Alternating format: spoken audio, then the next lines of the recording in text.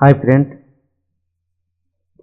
আমরা এবার আলোচনা করব মাইক্রোসফট ওয়ার্ডে টেবিল নিয়ে আলোচনা করব। আমরা কিভাবে টেবিল ক্রিয়েট করব তার জন্য মাইক্রোসফট ওয়ার্ড ওপেন করব। নিউতে যাবেন, গিয়ে মাইক্রোসফট অফিস ওয়ার্ড ওপেন করবেন। এখানে ফাইলের নাম আমি দিয়ে দিচ্ছি টেবিল বলে।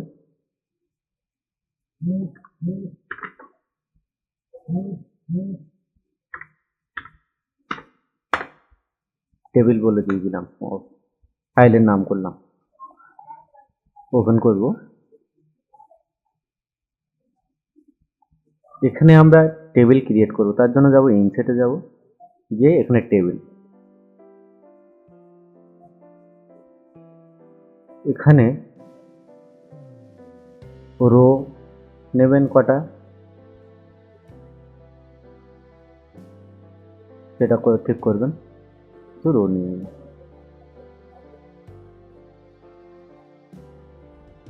এগুলো রুটিনের ক্ষেত্রেও কাজে লাগে বা বিভিন্ন ক্ষেত্রে কাজে লাগে আমাদের।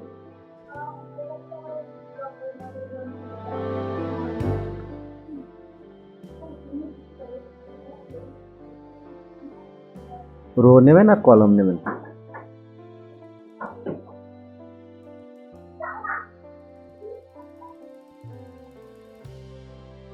এই দেখুন, বেশ কিছু আমি নিয়ে নিলাম।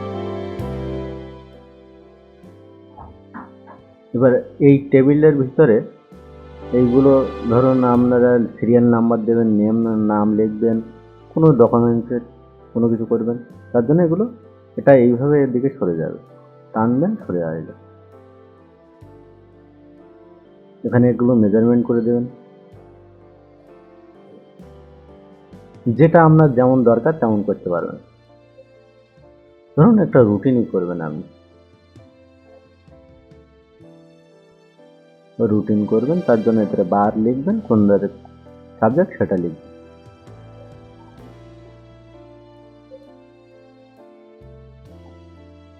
এই যে রোটা আছে, এখান থেকে এখানে আমি রুটিন কথাটা লিখব। তার জন্য কি করব, এই দাগগুলো আমাকে তুলতে হবে অ্যাড করার জন্য। তার জন্য এখানে দেখুন ইরেজার বলে একটা অপশন আছে, এটা নিলেন, এটাকে মিডিলটা এইভাবে কেটে দিলাম। দেখুন এটা পুরোটা মুছে গেল।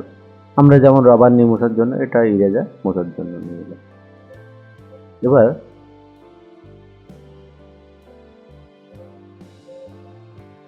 এখানে আপনারা লিখতেও পারবেন।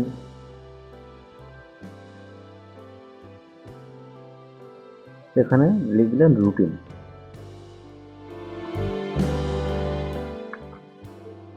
এখানে লিখবো রুটিন।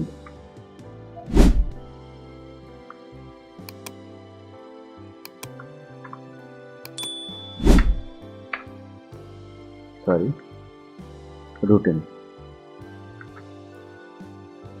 এটাকে লেখাটাকে সিলেক্ট করুন, করে মিডল করে দেবেন।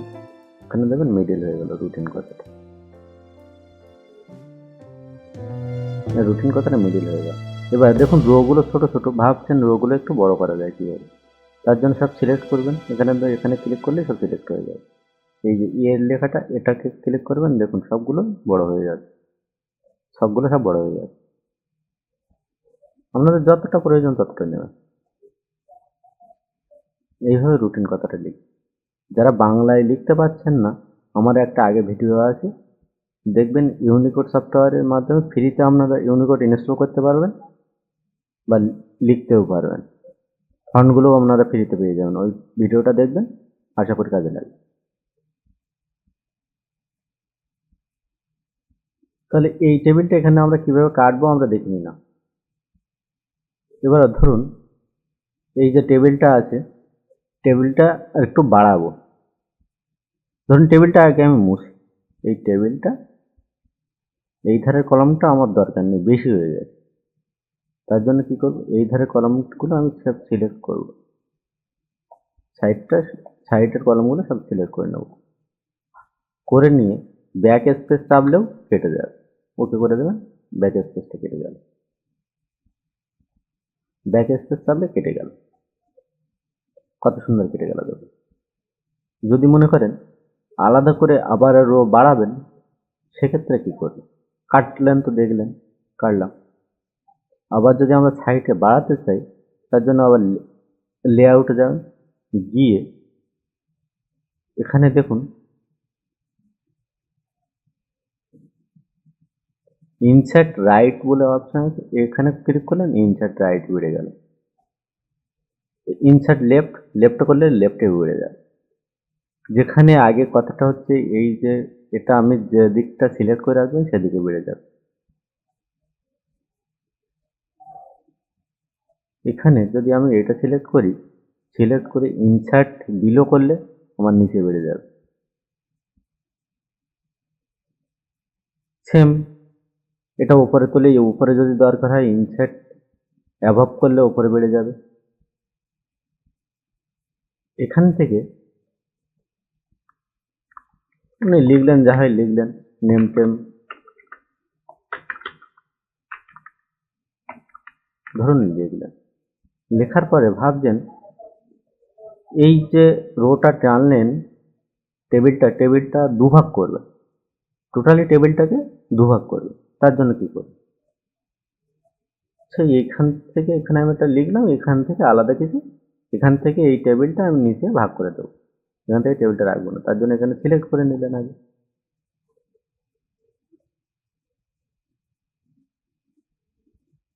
এখানে সিলেক্ট করে স্প্লিট টেবিলে ক্লিক করবেন, দেখবেন টেবিলটা এখানে এ একটা টেবিল, এ একটা টেবিল, দুটো টেবিল হয়ে গেল। এখান থেকে এই দুটো টেবিল হয়ে গেল। দুটো টেবিল কিন্তু আলাদা নড়াচড়া করবে, সব কিছু আলাদাই হবে, দুটো টেবিল আলাদা হয়ে গেল।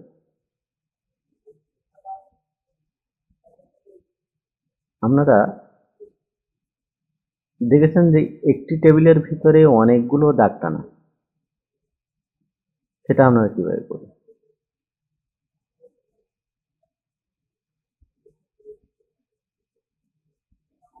টেবিলটা ক্লিক করলেন, সিলেক্ট করলেন, দেখা যাচ্ছে এই টেবিলটার ভিতরে আমি অনেকগুলো দাগ টানবো। টেবিলটা সিলেক্ট করলাম, এই টেবিলটা আমি সিলেক্ট করলাম,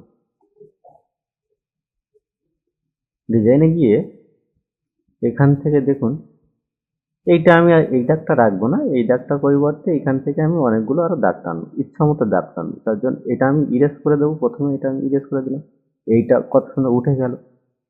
এখানে ড্র টেবিল নিয়ে এই টেবিলটাকে দেখা যাচ্ছে আমি 5 ভাগ করবো কি 4 ভাগ করবো। এই 1 ভাগ করলাম, এই 1 ভাগ 2 ভাগ করলাম, 3 ভাগ 4 ভাগ করলাম। ইচ্ছা মতো আমি টেবিলের ভিতরে ড্র করে দিলাম।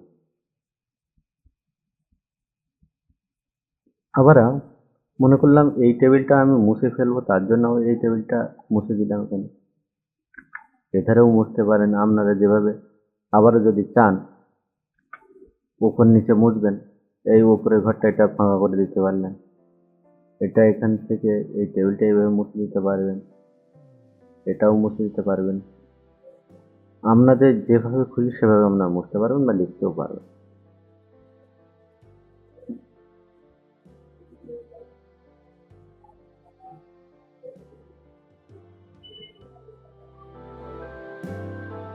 টেবিল বাড়া কমা তো দেখলেন আপনারা, সিলেক্ট করলেন সব শুধু যদি সমস্তটাই বাইরে ক্লিক করে নিন, সমস্তটাই যদি সিলেক্ট করে নেন, এখানে সমস্তটা যদি সিলেক্ট করে নিই, এখানে এ আছে, এতে বড় করলেন, আর এই এটাই ছোট হয়ে যাবে,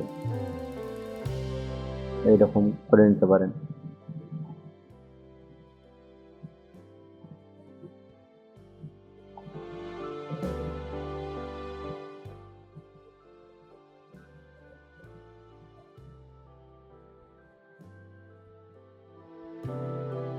এগুলো সব করবেন আপনারা লেআউটে গিয়ে। এই ভাগ যোগ এখানে যেগুলো করবেন, এখানে লাইন ড্র করতে পারেন, বেশিও করতে পারেন, কমও করতে পারেন, সব কিছু করতে পারবেন। একটা টেবিলের ভিতরেও এরকমভাবে আরেকও দিতে পারবেন। এগুলো দেখাচ্ছে এই কলমটার ভিতরে, এটার ভিতরে রো দেবো কটা, কলম দেবো কটা,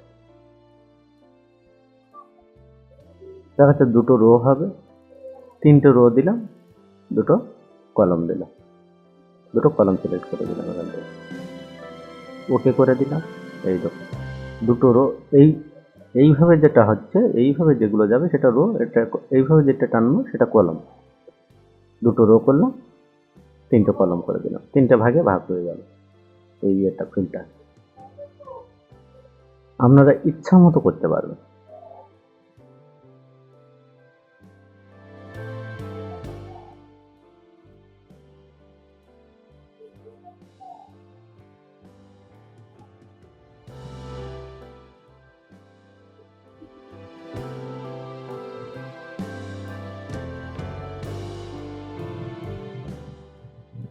টেবিল ডিলিট করলে ব্যাক স্পেস টেবিল ডিলিট করতে পারেন, বা এখান থেকে ডিলিট অপশন আছে, এখান থেকেও ডিলিট করে দিতে পারেন। এখান থেকে ওকে করে দিলেন, টেবিল ডিলিট হয়ে যাবে। আবার কন্ট্রোল জেড করলে পুনরায় টেবিলটা ফিরে আসবে। এগুলো করবেন লেআউটে গিয়ে।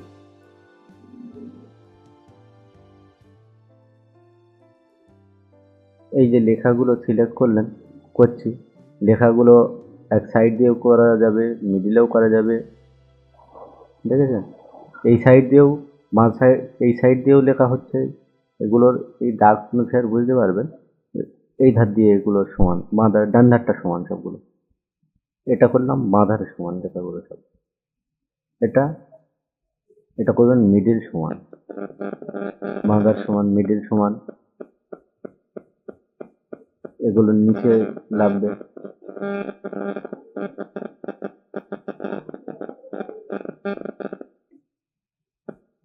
সবাই ভালো থাকবেন, সুস্থ থাকবেন, দেখা হবে অন্য কোনো ভিডিওয়ে, অন্য কোনো এপিসোডে।